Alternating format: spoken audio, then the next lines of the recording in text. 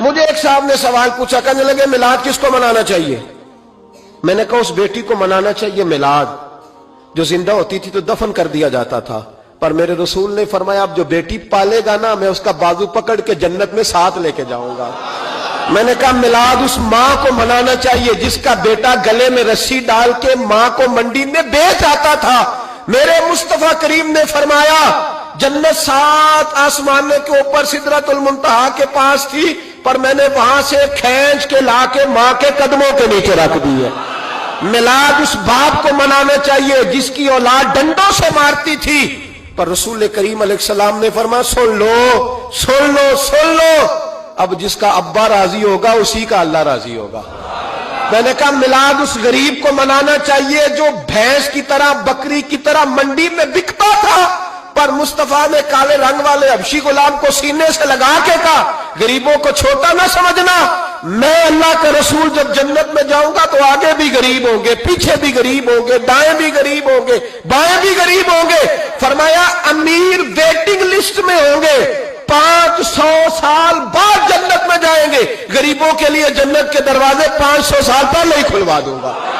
اسے منانا چاہیے، میلاد منانا چاہیے۔ اور میں نے کہا مولوی سن تجھے پوچھتا کوئی نہ، تیرا ذکر کوئی نہ کرتا، لیکن تو ممبر پہ بیٹھا ہے، تو محمد عربی کے نام کا کھا رہا ہے، تو علی کے نام کا کھا رہا ہے، تو عمر عثمان اور ابو بکر کے نام کا کھا رہا ہے، تو حسنین کا صدقہ کھا رہا ہے۔ تجھے نہ تیری کبھی کسی نے برادری پوچھی، نہ کبھی تیرا کسی نے ایڈریس پوچھا، نہ کبھی کسی نے تیری سند پوچھی، لوگ تیرے نعرے لگاتے ہیں، لوگ تیرے ہاتھ چومتے ہیں۔ پھر مان جا کہ تجھے صبح بھی میلاد منانا ہے، شام بھی میلاد منانا ہے، اور تجھے یہ کہنا چاہیے خس خس جنہ قدر نہیں میرا ایتے صاحب نو وڈیائیاں میں گلیاں دا روڑا کوڑا، ایتے محل چڑھایا سائیاں، تیرا کام تھا تیری آنکھیں بھیگی رہتی۔ اور اس بوڑھے کو بھی میلاد منانا چاہیے جس کے بارے میں میرے نبی پاک نے فرمایا سفید داڑھی والے کی جس نے عزت کی اس نے تو رب کی عزت کی، اس نے تو رب کی عزت کی میرے بھائی۔ اس مزدور کو بھی میلاد منانا چاہیے جس کے بارے میں نبی پاک نے فرمایا جو اپنے ہاتھوں پہ چھالے ڈال کے مزدوری کرتا ہے میں نے تو اسے رب کریم کا دوست بنا دیا ہے۔ ہر اس طبقے کو میلاد منانا چاہیے جسے میرے رسول نے عزت عطا فرمائی۔ اس بہن کو بھی میلاد منانا چاہیے جس کے بارے میں نبی پاک نے فرمایا اگر کسی کا باپ چلا جائے اور اس کے حصے میں بہنیں آ جائیں، 4 بہن 3 بہنیں یا 2 بہنیں بیاہ کے جو آیا تم پہ سے، میرے محبوب نے فرمایا میری انگلیاں جڑی ہوئی ہیں نا اس طرح میں اسے اپنے ساتھ جوڑ کے جنت میں لے کے جاؤں گا۔ اس بہن کو میلاد نہیں منانا چاہیے۔ میرے رسول پاک نے فرمایا جس کی بیٹی واپس آ جائے، طلاق ہو گئی یا بیوہ ہو گئی، واپس آ گئی، نہ بچ سکی واپس آ گئی، فرمایا واپس آنے والی بیٹی کی جو باپ خدمت کرے گا میرے رسول پاک فرماتے ہیں میں قیامت میں اس کا سفارشی بنوں گا۔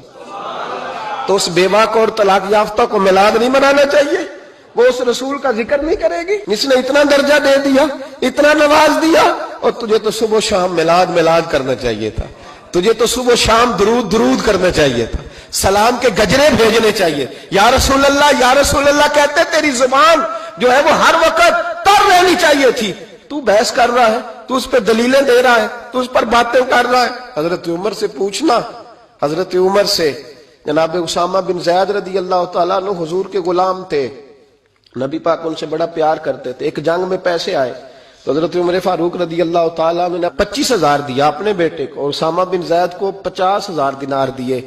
بیٹا کہنے لگا ابا جی وہ تو چھوٹے ہیں میں بڑا ہوں، وہ حضور کے زمانے میں بچے تھے میں جہاد کرتا تھا، یہ آپ نے کیا کیا؟ تو حضرت عمر رو پڑے، کہنے لگے بیٹا یہ تیرے باپ کے سر پر جو عزت کے بال ہے یہ مصطفیٰ کے اگائے ہوئے ہیں۔ نبی پاک اسامہ سے نبی پاک کا پیار بڑا تھا، حضور کی محبت بڑی تھی۔ بیٹا اس کے ناک سے رینٹ نکلتی تھی تو رسول پاک اپنے ہاتھوں سے صاف کر دیتے تھے، حضور اس کو گود پہ بٹھاتے تھے۔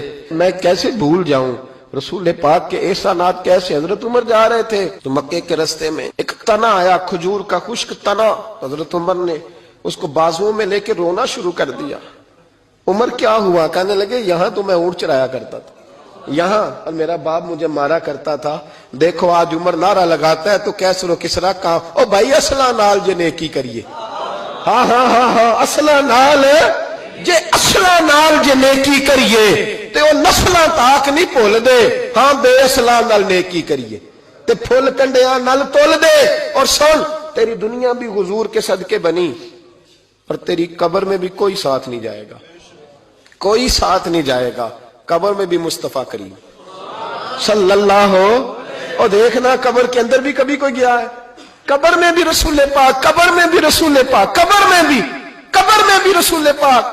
میرے استاد فرمایا کرتے تھے بتاؤ جس قبر میں نبی پاک آئیں گے وہاں عذاب کیا ہونا ہے؟ جب حضور ہی آ گئے تو عذاب کیا ہونا ہے؟ نبی پاک تو جدھر سے گزر جائیں رب وہ جگہ جنت بنا دیتا ہے. وہاں کیا عذاب ہونا ہے؟ وہاں تو دیدار ہونا ہے. تیری قبر میں بھی نبی پاک. اور حضور نے فرمایا میزان عمل پہ عمل تلیں گے تو پھر بھی میں تمہارے پاس ہوں گا.